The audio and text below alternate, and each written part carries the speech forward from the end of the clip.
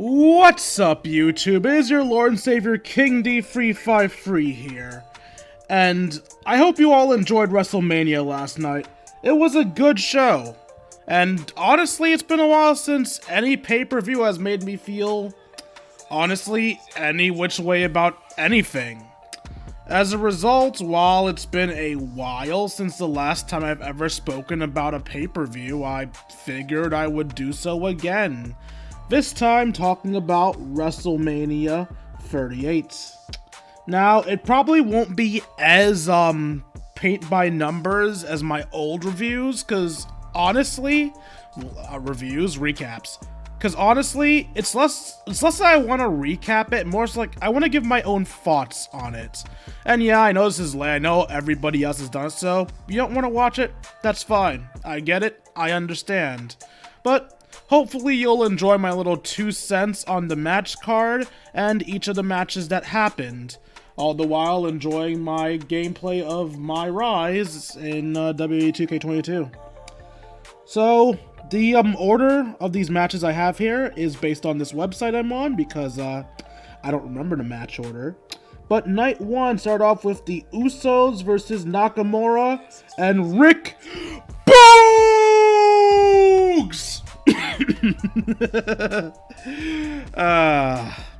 It was a pretty decent opener that saw the Usos going over Shinsuke Nakamura and Rick Boogs. The main reason I'm not doing play-by-play is because I don't remember most of what happened in the matches. But the only notable spot from that one that I specifically remember is, of course, Rick Boogs being an absolute powerhouse beast monster, bench pressing everyone, squatting everyone, and attempting to lift both Usos before injuring his leg. A bit of a commentary flub as they couldn't decide whether or not the Usos did that as an attack or not. But interesting nonetheless. Ultimately, Shinsuke got overrun, outnumbered, and 1D'd for the win. Side note.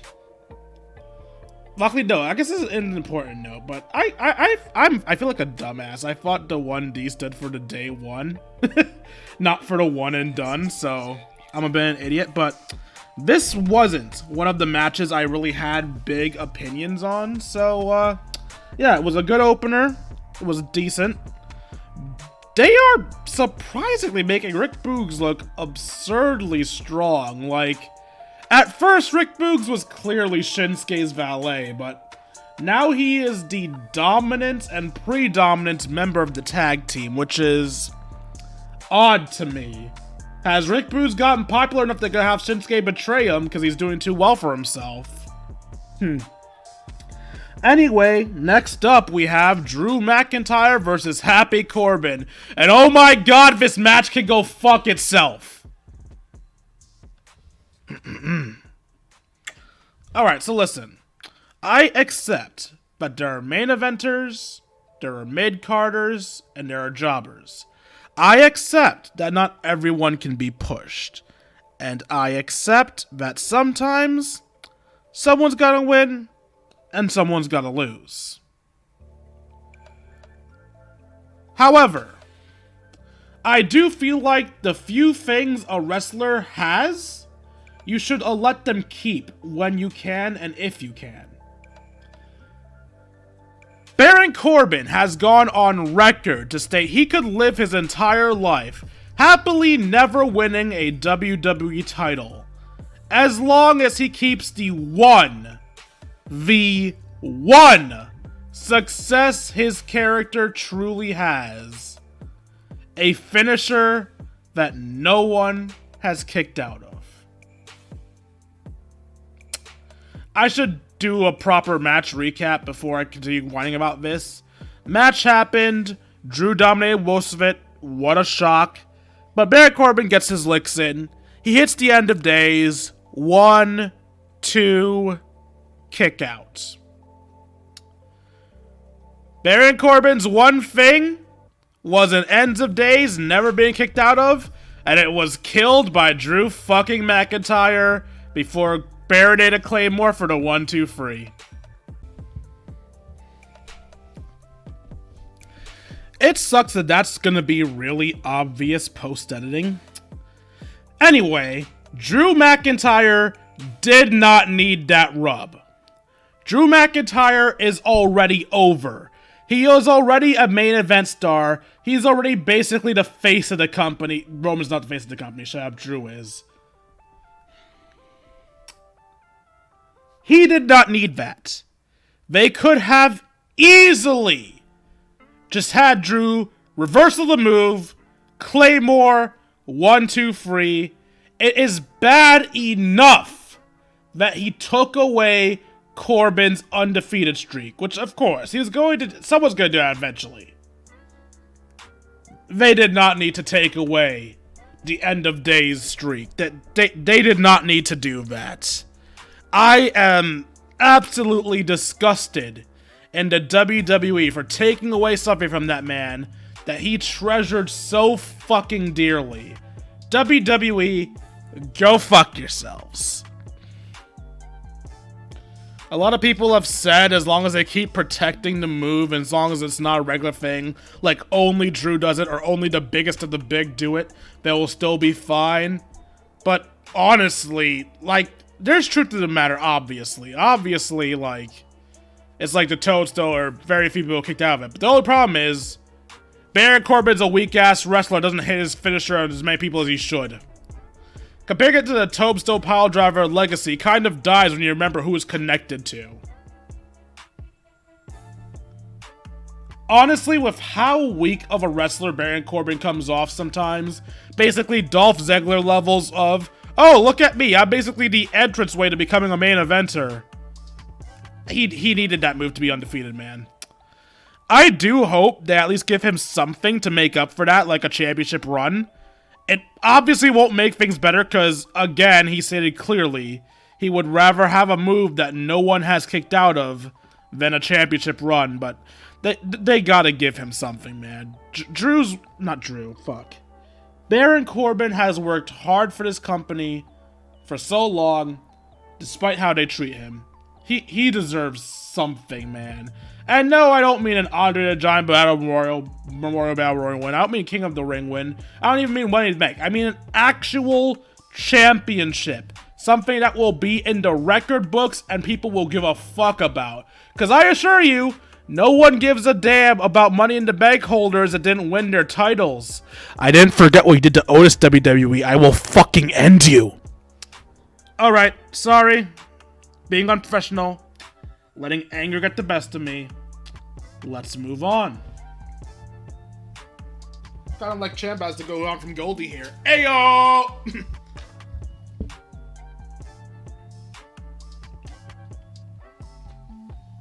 Alright, next we have... Okay. I'm about to say the most unpopular opinion ever. Next we have my personal match of the night. The Miz and Logan Paul versus the Mysterios. Yeah, I know. There's an even bigger match that happens after this that should be everyone's match of the night, but unsurprisingly, I am not a robot with preset matches of the night. I'm not going to agree with everyone, and honestly, I loved the teamwork in that match. I loved seeing Miz essentially ring general his team because Logan Paul is a crap teammate. I liked the spots, and I especially liked the end of the match, where the Miz had to single-handedly save the damn match, body slamming Dom on top of Logan, fucking sneak tagging his way into the match, and skull-crushing finaleing Ray. It was an all-around good match, lots of good team spots, lots of avoiding death spots. Logan Paul's frog splash, I can't believe I'm saying this, it looked better than any frog splash I've ever seen. I mean, maybe Eddie's was better. I mean, fuck, I hope Eddie's was better. But it's been so long as I've seen Eddie Guerrero on TV, because, you know, he's kind of a corpse, that, honestly, of the frog splashes I remember, Logan Paul had the best one. And now I'm wondering if they're gonna give him that as his finisher in the DLC, and that will be so fucking weird, man. But yeah, this match, I love this match. I loved Logan's heel work. I loved the team spots. I loved the close save spots. It was good. And just like everybody else, I loved seeing the Miz skull-crushing finale Logan Paul, because let's be honest, Logan Paul was a crap teammate and he deserved that. It's just too bad Vince is likely going to turn Logan Paul face and give him and Miz a match in the future. I don't know a lot about Logan Paul's boxing career, but to my knowledge, I think he is undefeated except for a loss to KSI, which I don't think actually counts towards his proper boxing career. So he's undefeated in boxing, right? Correct me in the comments if I'm wrong. I have this horrible feeling WWE is going to try to copy his undefeated streak. So, look forward to seeing The Miz lose to Logan Paul, because God forbid Miz doesn't have enough losses under his belt already. Alright, after that tag match, we have Bianca Belair versus Becky Lynch. Alright, full disclosure, there are a lot of matches that I did not give a flying fuck about. Most of which were championship matches, because I just didn't like either of the wrestlers. I never liked Bianca Belair. Her hair gimmick was fucking stupid, her little lips of the hair is stupid, and Bianca was just always overrated to me. I had never liked Becky ever since she started the man gimmick. I don't like arrogant characters, I don't like asshole characters, I don't like characters that just feel like they can do whatever the fuck they want, because fuck you. No you can't, be a decent human being. The Man and the EST, don't like either of them. And then they dragged me kicking and screaming into loving this match. How fucking dare you? This match was glorious. From the reference to their last match at SummerSlam with the attempted quick kill by Becky to... I hate that I have to skip all the way to the end. Those are two spots that pull out the most to me. To Bianca Belair fucking backflipping out of the manhandle slam into the KOD. Like, fuck, that spot was beautiful. I can't list the other spots of the match, but I know I was gripped throughout the entire bit of it. So, as much as I hate to say it, yeah, this is one of my favorite matches of the night too. In fact, I think I'd call it my third favorite overall from the entire event. I'm trying to remember, was my second favorite from tonight or the next night?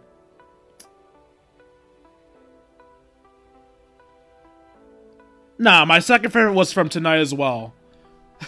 My top 3 matches were all from tonight, with Bianca and Becky being number 3. I loved the match, even though I despise the people, and I can't lie, I was glad to see Bianca win. Bianca stole my heart of that fucking spot, man. She got me. She got me.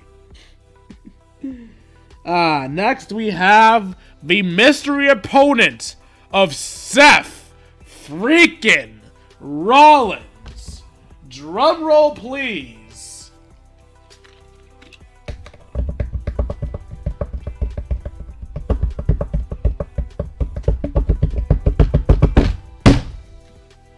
That totally wasn't there so I could drink a soda. Anyway, Cody Rhodes is back in WWE. And apparently he came out to his AEW gimmick and song? Huh. So yeah, when Seth Rollins had his mystery opponent, everyone was speculating who it could be. My top 3 choices were Cody Rhodes, Seth Rollins, and Veer. And it turns out my original choice of Cody Rhodes was in fact correct. The American Nightmare and Seth Rollins put on a hell of a match, and honestly, I don't know if I'd call that a good thing. Alright, so hear me out. Cody has basically re-debuted in WWE, and upon someone's debut, you want them to look as strong as they possibly can. Seth Rollins is a main eventer, that much cannot be disputed. But the fact that we saw him get defeated handily and quickly by both by both Kevin Owens and AJ Styles, along with the fact that he kicked out of the Crossroads, I personally think made Cody look kind of weak. I mean, yes, Cody won the match. But let's put this in perspective. The others could take Seth out in one finishing move. Cody needed 4.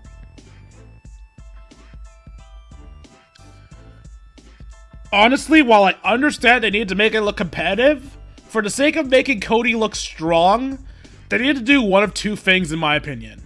They need to either 1, let Cody win in 1 crossroads, or 2, give Cody a new finishing move. It should be noted that I do not watch AEW. I have never watched an episode, and I probably never will. But I know a lot of wrestlers upon going to AEW, Chris Jericho being the main one, changed their finisher upon transitioning. I figured, Cody must have changed his finisher, so the Crossroads failed. He's gonna pull out his new finisher to win the match. Nope, his finisher's still the Crossroads. He's so weak he needed to hit Seth with 4 fucking finishers to end the match. They either should have ended 1 crossroad, or just let him win with the first, man. Or just let him change his finisher, but... I guess his AEW finisher never changed. And as a result, that glorious match, which, let's make it clear, was fucking glorious. It was my second favorite match of all of WrestleMania. It did not make Cody look good, and I assume Cody's not going to be a main eventer. My prediction for Cody Rhodes is he's going to get a championship match. He's going to lose it, but he's going to go right back down the card.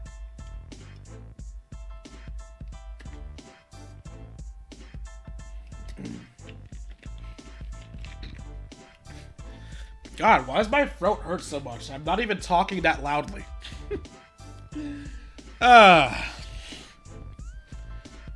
The only memorable spot from that match, by the way, was the ending spot, where Cody decided, I'm tired of your shit, Seth Rollins. Fuck you. 1 crossroad, 2 crossroad, bionic elbow, 3 crossroad. Seth wanted fucking blood. I mean, Cody wanted fucking blood, man. By the way, I should say that for full disclosure, when I said Cody needed 4 finishers, I don't mean Seth kicked out of 3 finishers. Because Cody just rapid fired the fucking crossroads at the end. It was like angles linked German suplexes, but with crossroads. Which I have to admit was a cool spot. Next up, we have Charlotte Flair versus Ronda Rousey. Another match I didn't give a flying fuck about because I don't like either of the competitors involved. Despite that, I was pulling for Ronda Rousey because I hate Charlotte Flair so much more than I do Ronda. Sadly, I don't remember much of this match. I remember there was lots of finishers being locked in. I remember there was lots of submissions being locked in. But I don't remember much of the match. Ultimately, after multiple submission locks, the referee gets knocked out. Charlotte gets put into the armbar and taps. Although, this might just... It might be dumb to speculate about what the characters' ideas during the match were, because wrestling ain't that deep sometimes, but I'm convinced that was less Charlotte lost, but the ref was knocked out moment, and more of Charlotte knew the ref was knocked out because she was kind of pushed into the ref into a really crappy looking spear spot. Like, how do you shove someone into a spear? That's not how that works. But I think Charlotte tapped out specifically because she knew the ref was down, and tapping out would have let Ronda let go. But it doesn't matter. Either way, there was a ref bunt, she tapped, Ronda got up to wake up the ref, big boot, 1, 2, 3, Charlotte wins. Leave it to Charlotte Flair to keep winning matches that she has no right winning. First she ends Asuka's undefeated streak, then she ruins Rhea Ripley's NXT title run, and now she beats Ronda Rousey at WrestleMania. Damn it, Charlotte! Can you stop being you for like 5 minutes?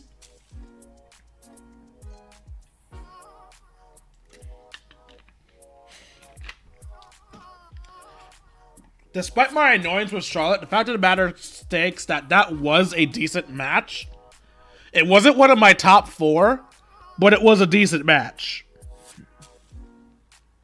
Finally, we have easily my least favorite match of night 1. Stone Cold Steve Austin versus Kevin Owens. No, I did not misspeak. This was not the Kevin Owens show. This was a bona fide fucking match. The Kevin Owens show was just a bullshit excuse for Kevin to challenge Stone Cold to a no-holds-barred match.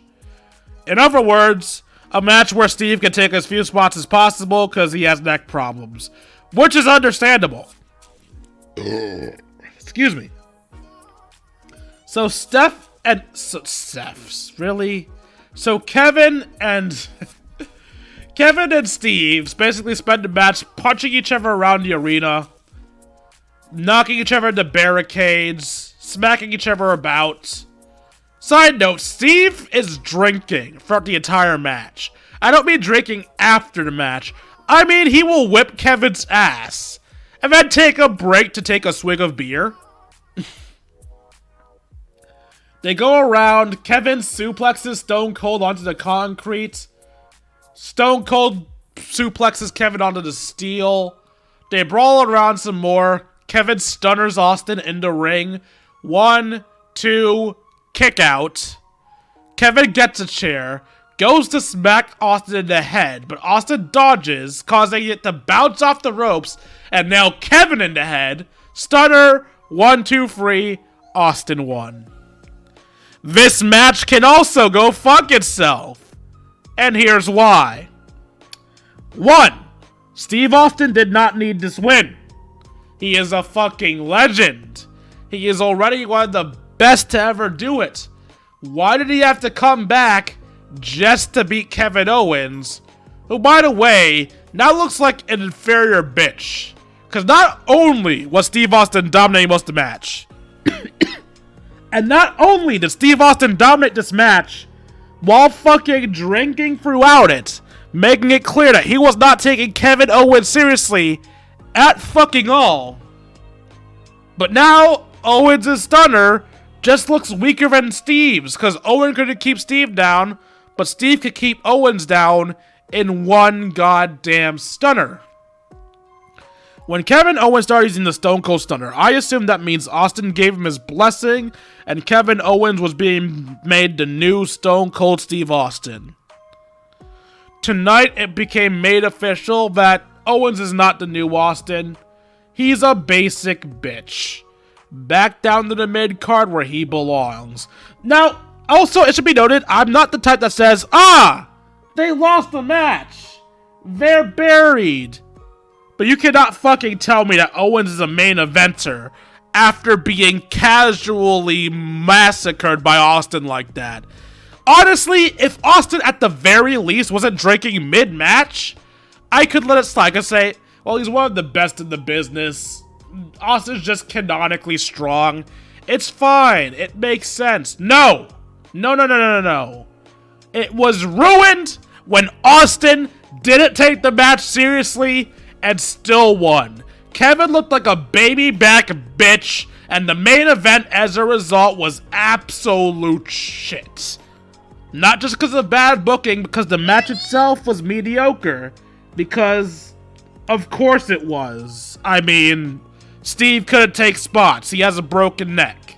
Well, not a broken neck. He has a bad neck. So, all around a bad main event. I get why they did it. Just wanted to give a happy moment to Texas, but like, I'm sorry guys, it wasn't a good match in my eyes. It was one of my least favorite matches of the night. I'd say my second least favorite match. Is it second? Yeah, I'd say it's second. My third least favorite was Drew versus Happy Corbin, because I can't get over what they did to Corbin. My least favorite match is in night 2. So hold on. Before I go into night 2 though, I'm just going to take a short moment to show. Hey, you see those two links up in the corner there? The first one's kind of unnecessary. You're watching this on YouTube, but that second link there, buymeacoffee.com/KingD353. You should go to it. I know I'm not the best YouTuber ever. My content's kind of mediocre. I have the charisma of a lamppost, but look, I wanted to entertain you guys for years, and I try my best. I really do. So, if you can donate anything to me at all, even just $1 to tell me, hey, we appreciate your attempts. You're getting better. It would be really nice. Of course, if I'm not doing better and don't deserve it, tell me in the comment section. Tell me I'm doing shit, what I'm doing wrong, and how I can improve. Tell me what you want to see. What would make you happy? What would, to you, make me worthy of being a YouTuber as a full-on job? With that intermission out of the way, let's move on to night 2, which starts off with the triple threat tag team match of RK Bro versus the Street Profits versus Alpha Academy. I was polling for Alpha Academy this match, cause goddammit, Otis deserves nice things. Sadly, Otis does not get nice things, because I am fairly certain that the Alpha Academy was only added to this match to take the goddamn pin.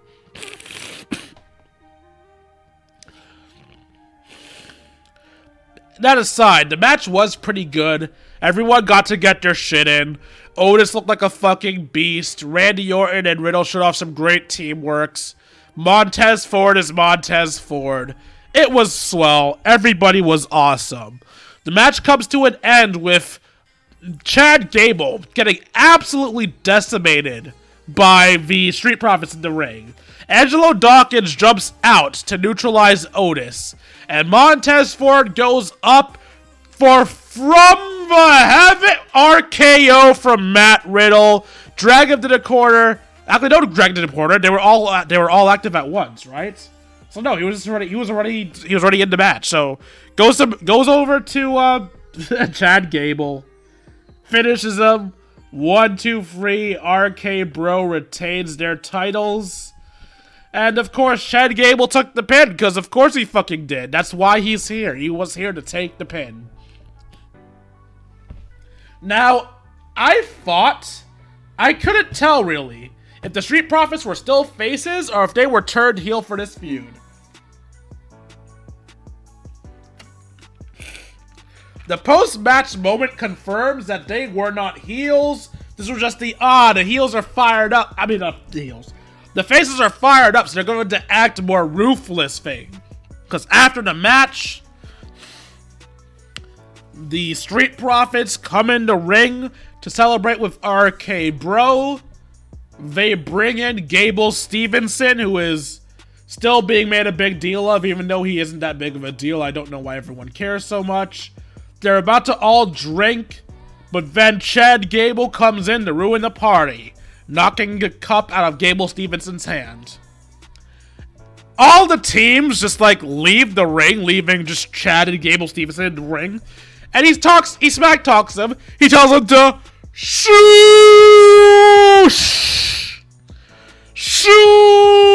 Of course, Gable Stevenson didn't have enough of that. Suplexes the hell out of Chad Gable, and that ends off that spot for the night. All around, decent match. Good way to start the show. Kind of disappointed that Alpha Academy was just there to eat the pin. And once more, they're going to go back to misusing Otis, but can't be helped, I guess. Next up, we have easily the worst match of the night. Bobby Lashley versus Omos. WWE, please just fire Omos. I get it. You love big guys. You have a boner for big dudes. Omos is not fun to watch. He's slow. He's methodical. Not even methodical. He's slow. He's padding. What? I've always been bad at myself. Look, Omos is a block of wood. He doesn't move. He doesn't do shit. You don't even let him take bumps. We haven't seen him fall until this match. That makes it fun, right? No! No, it doesn't! A wrestler that can't even fall on his goddamn back is not entertaining. A wrestler that can barely do a single fucking move is not entertaining. Omos is not entertaining. Which is what made it amazingly fun to see Bobby Lashley spear him for the 1, 2, 3. Side note, the spot where Lashley speared Omos in the side, I get what you were looking for, but God, that was ugly as fuck. That was the ugliest spot I've seen in my life. Oh, God. Yeah, that was just a bad match, man. That was a bad match. And I'm done talking about it. I'm glad Omos finally lost the match. And I'll be gladder when he's gone. I'm sure Omos is a lovely person. But he is not a good wrestler. Next up, we have the Anything Goes match between Johnny Knoxville and Sami Zayn. And honestly, this was a really great match. Sami did not look weak, getting the early advantage, and every time he did lose, it was either due to Knoxville being clever with a weapon, outright cheating from the other members of Jackass, because let's be honest, this wasn't a one-on-one match, it was a handicap match. As everyone and their mother expected, this was a bona fide handicap match. As Seth Rollins got slaughtered, not Seth Rollins, Sami Zayn got slaughtered by all the members of Jackass, as you would expect. They constantly brought out references to Jackass's history. One of my roommates who was at my little WrestleMania party, who was a big fan of Jackass and despises wrestling, he didn't give a flying fuck about any of WrestleMania, was only there for Johnny Knoxville match. He was popping off every fucking time a weapon was brought out, because apparently every weapon Knoxville used was a reference to a Jackass skit. Even the fucking fire extinguisher was apparently a reference. So, yeah. Especially for any Jackass fans, that was a good match. Knoxville looked clever and, like, resourceful. Sami looked strong for putting up with all this shit and essentially keeping up in a handicap match. Now, it could be argued that Knoxville shouldn't have kicked out as much as he did, but I think Knoxville is one of the few non-wrestlers you can allow to kick out of stuff like that, because Jackass revolves around them hurting themselves for entertainment, so Knoxville should be a relatively resilient person, so I can let it slide that he kicked out so much of Sami's offense. And he never properly kicked out the haluva kick, because Sami never properly tried to finish Knoxville with the haluva kick. He hit the haluva kick at the beginning of the match, and instead of going for a pin, he just kept beating up Knoxville because he didn't want to end it yet. And whenever he haluva kicked a member of the Jackass crew, they were gone. When he haluva kicked Wee Man, he was dead. When he haluva kicked someone else, I don't remember who, they were fucking dead. Sami did look tough. Ultimately, though, Sami gets overrun by the multiple Jackass gags. He gets a hand to the face. He's put through a table of fucking mouse traps. He gets shot in the balls by a machine. He gets a bowling ball to the balls. They launch a fucking firework at him on the top rope. Look, can we all agree that Johnny Knoxville's a cheating bastard? I get his own anything goes, but one, that wasn't a one-on-one match. Two, how the fuck, he had the hand prepped. He had a firework in the court. He didn't even set that up. That was up beforehand. This was an unfair match against Sami. But ultimately, him and the Jackass crew put Sami Zayn onto a giant mousetrap, making it so Sami can't move. And they pin him 1, 2, 3. Johnny Knoxville beats Sami Zayn. And I pray to God they only took the Intercontinental title off of him so that Johnny could win. Because after that embarrassment, I think Sami needs his title back.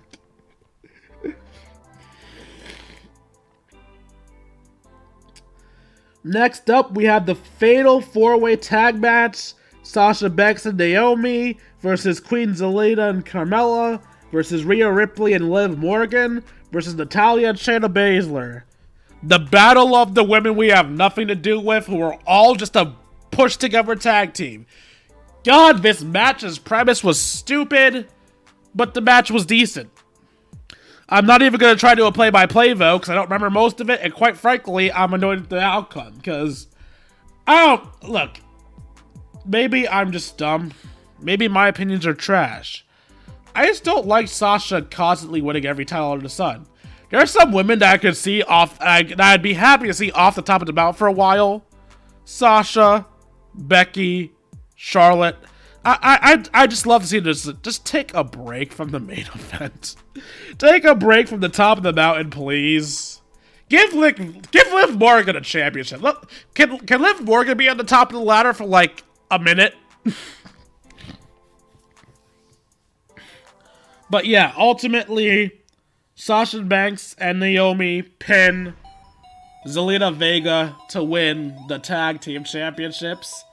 So the new champions are, I guess, Team Bad? I don't know what their new tag team name is, so I'll just call them Team Bad. Side note, even though I don't like seeing them succeed, I have to admit, they were the closest fate to an established tag team in that match, because, for those of you who don't know, Sasha and Naomi were partners in the past. They worked alongside Tamina as Team Bad. Team Beautiful and Dangerous. Next up, we have Edge versus AJ Styles. And, once again, I don't remember most of the spots from the match, but I know damn well it was a good match, because this was the match of the night for night 2, and is my 4th favorite match for all of WrestleMania. Disagree with me if you want, that's fine, I know, my opinions are dumb. But yeah, this was a good match. It was back and forth. They threw everything at each other. There were 450 splashes. There were calf crushers. There were spears. There were Styles clashes. They threw everything they had at each other. And it ultimately ended with Damian Priest distracting AJ. Not by actually getting on the rope or anything. Just standing there menacingly and causing AJ to take too long to go for the phenomenal forearm, leading to Edge spearing him out of the sky. 1, 2, 3. The new Edgy Edge wins. And as the rumors seem to have been stating, Edge does seem to be forming a little faction of his. Now, I don't know if it's going to go full faction or if it's just going to be a tag team. If it does go full faction, though, I assume the other members will probably be Alexa Bliss, maybe? And I don't know, Seth Rollins? He has the Joker thing going. I'm not sure who else they could add to this little dark alliance of theirs. Maybe Karrion Kross? Is Karrion Kross, like, up to be moved up to the main roster? Because I suppose he could also work as a third member of the stable? I don't know, man. I don't know who they really have to work with. But Edge and Damian Priest are clearly planning on doing something together. Next up, we have Sheamus and Ridge Holland versus The New Day. And what the fuck was this match? So I'm sure you guys have seen the complaints already about how short this match was. And honestly, I was fine with that. I understood. It was supposed to be on the last night. They had to postpone it. They probably ran out of time. It's fine. You didn't have a lot of time. You had to do what you had to do, and the match had to be cut. Until I noticed the copious amount of fucking ads. How many times in night 2 did we have commercials for wrestlers who already wrestled in night 1? Why the fuck was this match so short? I started off defending this match thinking, oh, they probably just didn't have time, they had to make it short. No! They had plenty of time, they were doing nothing but wasting time. Why the fuck was this match so short? That aside, though, I did at least like the character work during the match. I always hate when heels are evil for the sake of being evil, so it was kind of fun seeing Sheamus constantly having to calm down Pete Dunne. Oh, sorry. Butch. It was fun seeing him have to calm down Butch all match, and when they won, it was nice seeing him get Butch off of them. It made it seem like Sheamus was like, nah fella, they're done. We won the scrap. It ain't worth it. It feels like a nice little bit of character for Sheamus to not want to fight somebody who's already been beaten. Because, like, where's the fun in that? Where's the fun? That's not a scrap. That's cowardice. At least I'd like to believe that's why Sheamus stopped them, but in reality it's probably just a, oh, I don't want to get disqualified thing. But I'd like to believe Sheamus was just like, nah, this isn't a worthwhile fight. This isn't what a brawl is. I like to believe that, at least. With our match before the main event, we have Pat McAfee versus Austin Theory. Question, is Pat McAfee's finisher officially the punt kick? I assume it is. Also, for the love of God, please give Pat McAfee an actual song. Why the hell is he coming out to the most generic football music you can possibly find? Could we not go for the effort of giving him an actual theme song? I feel like any football player ever could come out to Pat McAfee's music, and that is not a good thing. Anyway, it was a fairly even match. Pat and Austin switched spots. Ultimately, though, Pat McAfee won by reversing the ATL into a roll-up for the 1-2-3. Afterwards, Pat McAfee apparently mouthed off to McMahon. As a result, we got a surprise match between Vince McMahon and Pat McAfee. A match that started off after Austin Theory clubbed McAfee in the back of the head. And apparently that one club to the back of the head was enough for Vince to start dominating the match. To the point that he won the match by kicking a foam soccer ball into Pat McAfee's face. What? I don't know what the hell that ending spot was, but Pat McAfee versus Vince McMahon, just like Kevin Owens versus Stone Cold Steve Austin, was an unnecessary and bullshit match. The only reason I don't hate it as much as KO versus Owens is that Pat McAfee isn't a proper full-time wrestler. So him losing isn't as damning as Kevin Owens losing. But of course, Vince McMahon isn't allowed happiness, so Stone Cold Steve Austin comes out, stunner to Austin Theory, stunner to Mr. McMahon, stunner to Pat McAfee too, because Stone Cold Steve Austin is an absolute jackass. And the crowd goes home happy. What do you mean it was another match? Oh, right! The entirely unnecessary match that could have been 2 matches instead, but WWE has a fucking boner for Roman Reigns and Brock Lesnar. Winner takes all. Universal Champion Roman Reigns versus WWE Champion Brock Lesnar. Well, good news, this was not a finisher fest. This was one of the few matches where Brock Lesnar actually had a fucking moveset. There wasn't much to talk about this match. It was a fairly even, everyone gets a shit in match. Surprisingly enough, there was no interference in this match. There was one really cringe spot where Roman Reigns went for his rebound spear, but instead of rebounding twice to get in front of Brock again, he speared Brock in the back. And by he speared Brock in the back, I mean he got a piggyback ride from Brock Lesnar, because that spear to Brock, the back spot, looked absolutely fucking horrible.